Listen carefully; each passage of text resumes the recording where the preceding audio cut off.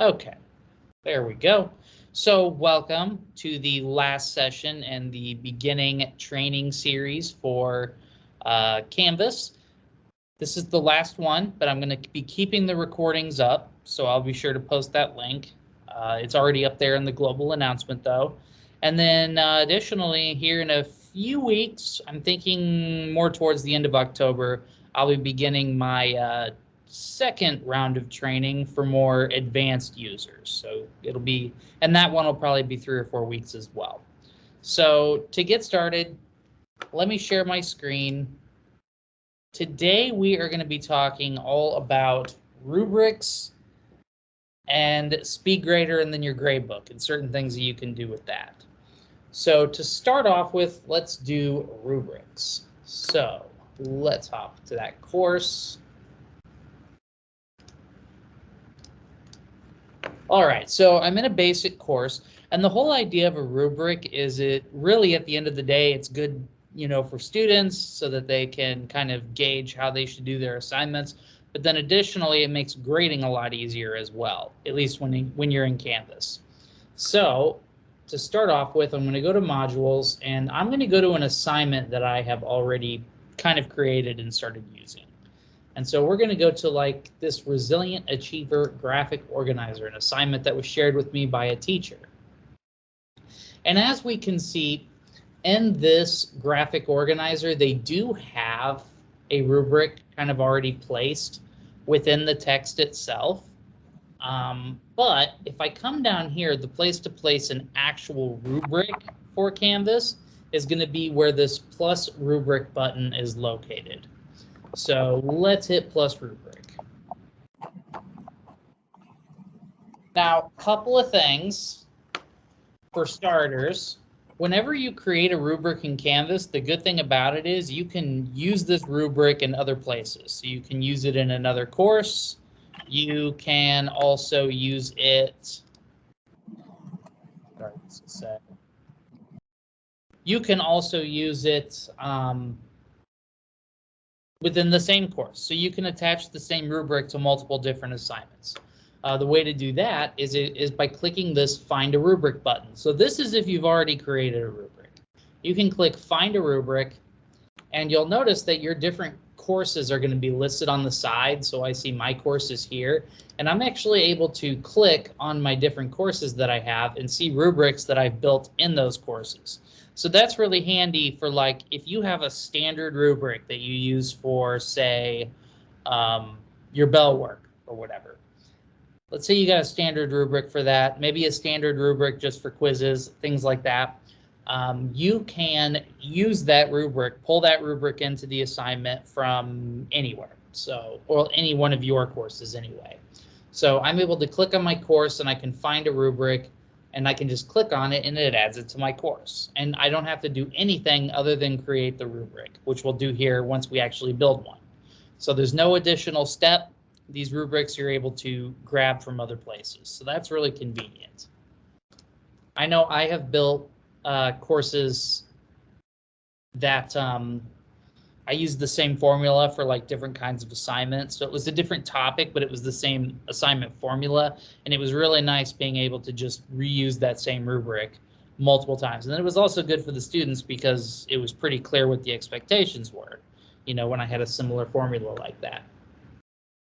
But to create a brand new rubric, what I'm going to do right here is, first of all, I'm going to give it a title. So this is called the Resilient Achiever Graphic Organizer. Let's do that.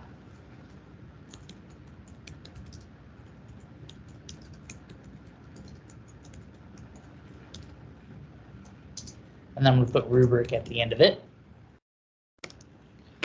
The first thing I can do is I can put in a description of the criteria. So I can hit this little pencil item right here. And I can rename this if I wanted to, but otherwise I can put my info right here. So like I could say, was this actually completed? And obviously your rubrics are going to be more detailed. This is just for training purposes, but I'll put that here. So then it gives that basic information. And then if I come over here, I'm going to see my actual marks. And it says that it adds up to 5 total points. I can change those total points on the side, and it's going to adjust this information here. So let's say that this one is worth actually just 4 points. I can use the pencil icon to edit the ones that are existing. So it's 4 points or 0 points for starters. So if I click here, I'm going to leave the full marks, but I can put a description. What do you have to do to get all 4 points for this particular assignment? So you completed it, for example. You know, so that when students come to this assignment, they can see this is what I have to do to get these points. And then this one, you didn't complete it. And if I want to have something in the middle, I can hit this plus button here. And what that does is it automatically breaks up the points for me. So now it says 2 points. I'm just going to put half marks or something. And then we'll say you sort of completed it. And then I can hit update rating. And you'll notice I can break this down even more just by hitting this little plus mark here and then adjusting the points and everything. And if you do pull a rubric in from another course, by the way, you have all these edit rights within the rubric itself. So you can actually edit the rubric that you've pulled in from somewhere else, and it just kind of creates a copy of it. Then if I want to do another criterion, I have this button here that says plus criterion. And I can either choose to do a completely new one, or I can choose to duplicate and then edit the one I already have. So depending on what the new criterion is going to be, you can make the process a lot simpler just by duplicating it. So I'm just going to duplicate this one in all honesty. And then it gives me the option to edit it and say, was this actually completed? I'm going to be petty with this. Was it actually completed well?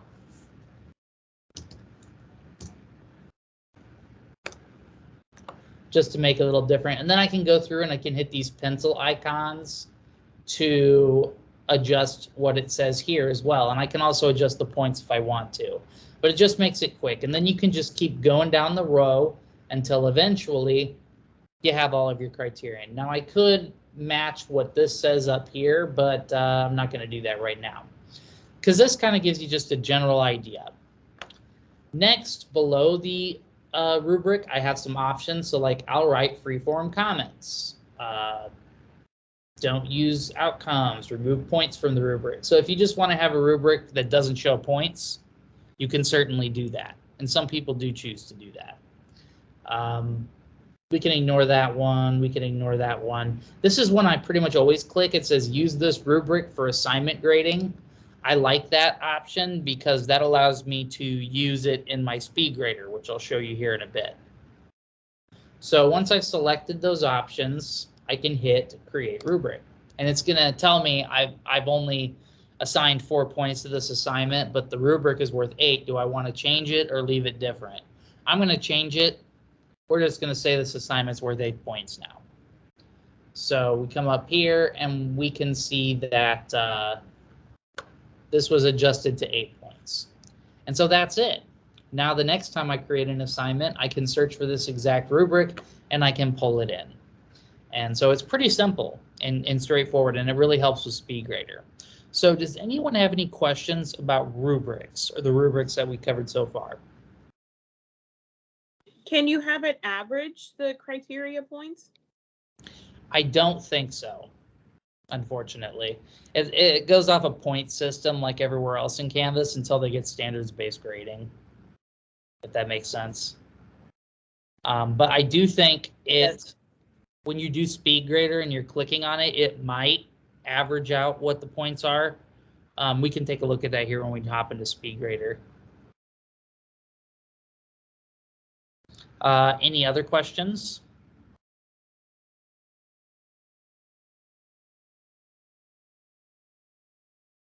Okay. So then the next topic, SpeedGrader. So for this, I'm going to hop into Student View real quick, and I'm going to submit something that I can grade.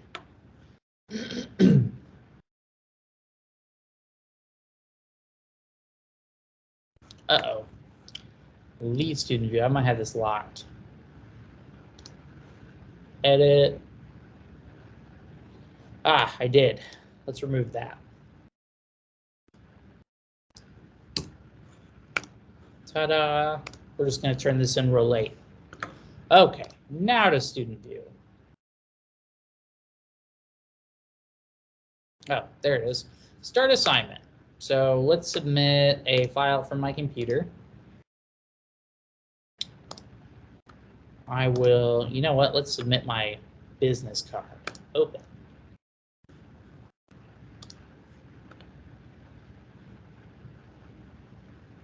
Okay, so let's say I'm a student and I have now submitted this.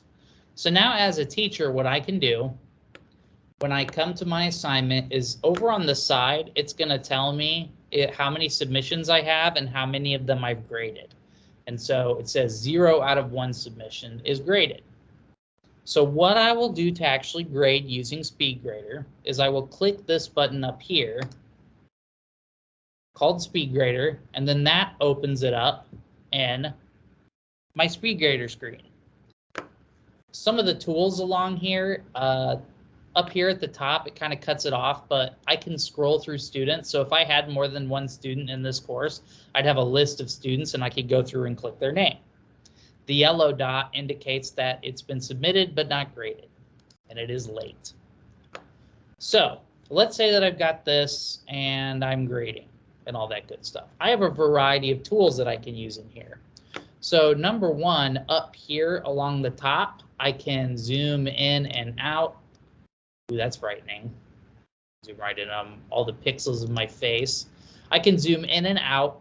I can make it full screen if I want to. There's the mouse clicker, which just allows me to kind of click around on the screen. But then I've got these other tools that allow me to mark up this document so students can see it.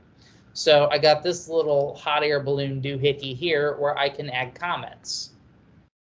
So let's add a thing here. Is that your full name for real? Does anybody ever call you shaven? The answer to that is yes. So we can hit that, and then that pops up there for students, and then they can actually come in and reply on this comment as well. You know, and I can select different colors for different comments just along here at the top. I also have a highlighter feature. So if I come in here, and this might not work because I don't have text in here, but it allows me to highlight text. You know, works like a highlighter does. I have this text box item. And so I can click anywhere in the document and add a note. You have a great title name. You know, and I can click and move this around so the student can see it. Again, the color along here, I can also add a background to the text to make it stand out a little bit if I want to, and then different size text. So this is a really nice way to add feedback. There's a strike through option, which I guess I really should have gotten something with highlightable text, but you know, you could highlight it and then it would strike it, you know, so you could use that as an editing tool. And then finally, the last thing in here is the simple pen. So this is very similar to like a drawing type tool. Let's do orange and go, you know, I can just draw right on top of this document and say, hey, this is my phone number. And then since I made a circle, I can add a comment to that. Just do great phone number or something. Why don't you ever answer it? And the answer to that is I'm not attacked that often. But we've, you know, you can provide all of this feedback. But then there's even more you can do with SpeedGrader. So if I hop over here, this is where I can actually put in the points and stuff. So for one, I can click View Rubric. And once I have the rubric up, one of the reasons that I really like to use rubrics is it makes it really easy to add up the points. And now that I have this pulled up in front of me, I think the answer to your question, Angela, is that yes, it does average the points. So if I click here, you completed it. And then if I want to click here, you sort of did a good job on it, you know, kind of deal. And then that averages it out to 6 out of 8 points. And if this is a little too small and you're having a hard time seeing it, you can click over here on these 3 dots and click and drag and make this bigger and make this smaller. So I just clicked it and dragged it. And then you'll notice that I get a little save option down here. So if I hit save, that updates my points automatically for me and gives the student the marks. And then down here, I have an additional place that I can add comments as I'm grading. So you did it, but did you really do it well?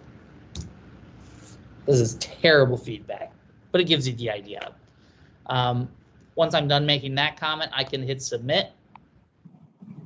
And then I also have the ability to add a file if I need to. I can record myself speaking. So just like when you're on a page and you can hit the media record button, if I click this, it gives me the ability to, and you can see my plain white wall office, but it gives me the ability to quickly record myself doing video feedback for a student, which can be helpful. And then additionally, if you just want your voice, you can just do the speech thing here and you can click record and speak into it and it will actually like text it out. There's 2 more things to SpeedGrader, but for right now, are there any questions? I have a question. Okay. Does the arrowhead this slide so it can be like partial points, or this is how you, it's kind of stationary, it doesn't move? Like the arrowhead in the middle of the green line or the red line? Are you talking about this? Yeah, but like, for example, the one you got full marks, can this slide back and forth to make it like 3.45 or Yeah, you 3 can points? manually adjust the points up here if you want to. But this is not a slider where you can slide it just back and forth. I mean, the arrowhead here, is it a slider? Yeah, I'm sorry, I'm not quite understanding the question, unfortunately. I I mean, think I do. I think no, that isn't a bar that you can slide. It is just a graphic that's in there. Okay. What part are you guys referring to? I'm sorry. The red line with the little triangle in the middle. Or the green line? Oh, that's yeah. what we're referring to. I see. Yeah, this is just a graphic. It Okay. doesn't. Yep. All right. Okay. Sorry, it took me so long to get that. It's been a long day. Oh yeah, I understand. Any other questions before I show you the last 2 things on SpeedGrader?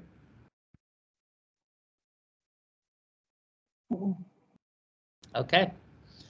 So one other thing you can do for like this little comment area is if you look up here, there's this little speech bubble.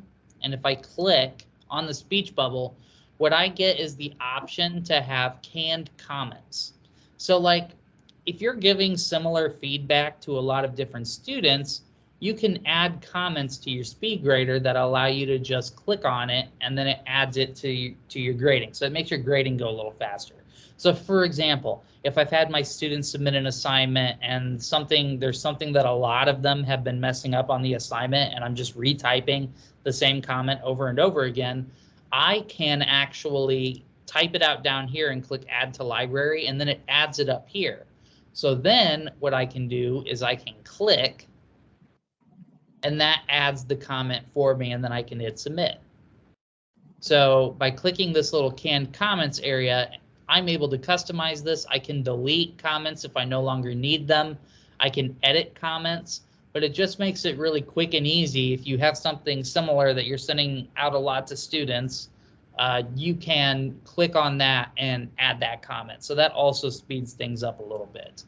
I found that my grading, and this is obviously assignment dependent, but once I got good at using SpeedGrader, it really felt like my grading went twice as fast doing it in here versus like when I used to carry around stacks of papers.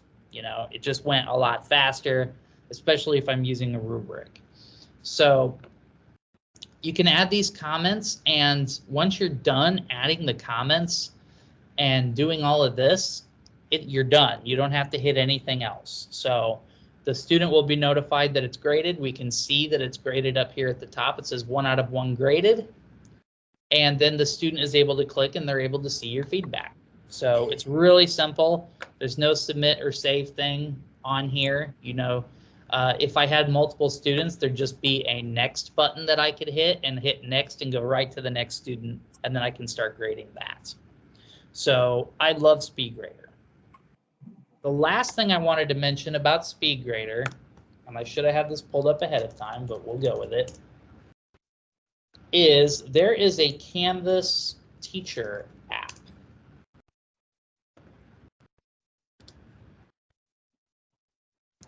So if you go on your school iPad, I guess it's not a good screenshot, I'll just tell it to you. But if you go on your school iPad, you'll notice that there's 2 different Canvas apps available to you. There's the standard basic Canvas app, but then there is the Canvas Teacher app. And this Canvas Teacher app allows you to log in and do a lot of stuff on your iPad, or you can even add it to a personal device like your phone or something like that. And I don't usually suggest people build their courses in the Canvas app just because it's not as easy as doing it on a computer. But one thing that is easier on the Canvas Teacher app than on the computer is SpeedGrader. I love using SpeedGrader on the mobile app. And the reason for that is because, like over here where I click this little pen icon, I can just draw on top of it. I can hand write, you know, my comments on top of what the student is doing a lot easier than using a mouse. And like with the rubrics, instead of going over with a mouse and clicking it, it's just a tap, you know, type out your comment, especially if you have canned comments. Makes it really fast, really easy, and you can grade anywhere. So I one time had to go to the mall with my wife and my sister-in-law, and I was sitting on one of those benches in the middle while they were in some store, and I literally had my phone out and was grading papers, like on my phone with my thumb. It was really cool. And it goes a lot quicker. You're able to give that feedback, you're able to view everything, and you just hit next, go right to the next student, and it makes it go very quick. So that Canvas Teacher app, again, don't really super recommend it for building in Canvas. It's just easier on a computer. But SpeedGrader in the Canvas Teacher app is awesome. I really like it. Makes it a lot easier, even quicker than regular SpeedGrader does. So any final questions about SpeedGrader before we move on to the final topic?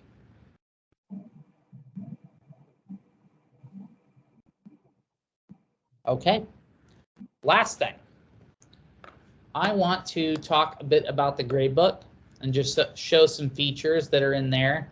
So if I go to grades over here on the side, you know, obviously you're going to have a lot more students than me. I just wanted to show a couple features of this. It's very similar to Infinite Campus. You know, you're able to click and add points just like in Infinite Campus. But there's more stuff you can do in here. So number one, if I had multiple students, I could search for a student right here. So like if I need to check a grade on a student, I can type it in there. I can apply filters. So like I can filter by module, assignment group, submissions, you know, all that stuff. So there's these various filters here. If I go to the settings area, I can set policies. So if something's missing, I can check this little box to automatically apply a grade out of 1%. So like if you want, you know, your students to get a 0% if they didn't turn something in, you can set that in the settings for your late policies. And then also you can apply a deduction for if it's late. So like if I click here, if it's a day late, I can knock a couple percentage points off. I don't know if you're allowed to actually do that or not, but the option is available if you can. There's also the grade posting policy. So I just leave this one alone usually, but this allows you to change whether or not as you grade stuff, it pops up in the gradebook for students to see. If you pick manually, you do have to actually post the grades to them, and you do that by the 3 dots next to the assignment. And then there's like the view options. So this assignment isn't published. I can turn off unpublished assignments and it'll go away. And you can kind of play around with these settings. You can also change these if you want to, like late, missing, resubmitted, dropped, excused. You can, click the little arrow. You can change the color and give it a different option if you want to. But the main thing that I really like about this is the quick messaging service that you get. So if I hover over an assignment and I click these 3 dots, number one, if it's something that like, let's say it's a completion assignment and everybody's completed it, you can do a set default grade, type in a score, and it's gonna assign that score to everybody for that assignment. So you don't have to go through and type the scores in for each individual person. Additionally, you can enter the grades as a point or a percentage. That's kind of up to you. And then there is message students who. This is my favorite button in the gradebook. So what you can do with message students who is click on it, and you get a few different options up here. But the one that I always used this for was have not been graded or has not been submitted. So there was no submission on the one I clicked. Let me find one that there was. Yeah, there we go. So have not yet submitted. If there were students that hadn't submitted this assignment, I could click that box and send it to just those students. So it's a real quick, easy way to send a message to students saying, hey, there's no submission for this, and you can type in a message. This is a reminder you need to turn in this assignment. I used to use this in the OTL group if I needed to remind people about various things that they had to get done before the next session. I'd click that and message it out. And then once you type out the message, you can hit send, and it sends it to just the students that are missing it. So it's really, really cool. And not only does it send them the message in Canvas, but it also sends it to their email. So Canvas notifies them in their Outlook email that they've gotten a message, and then they're able to read it directly in their email. So it's a real quick, easy way to send that out.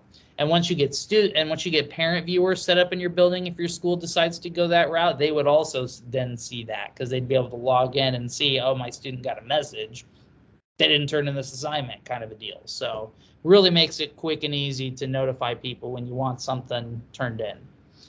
And so that's kind of one of my more favorite features of this. Let me think if there's anything else. Oh, you can play around. If you click where Gradebook is, there is a Learning Mastery Gradebook. It's just a different gradebook view. I'll be honest, I haven't played with it too much, but you can kind of play with that. I just kind of stick to the basic gradebook for now, just because I like it. It's simple. But there's that option, and then traditional gradebook.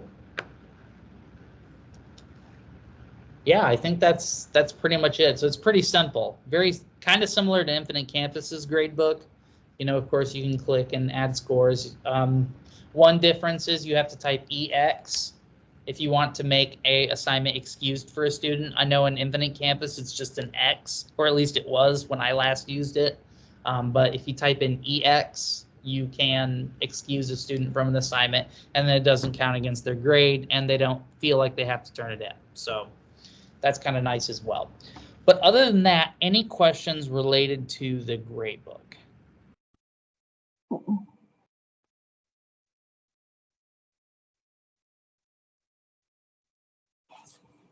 Okay, then. So then that ends this training. I'm going to stop the recording, but if anybody has any other questions, you are definitely free to answer before we take off. I appreciate you all coming, so I'm not talking into the ether. So let's stop recording.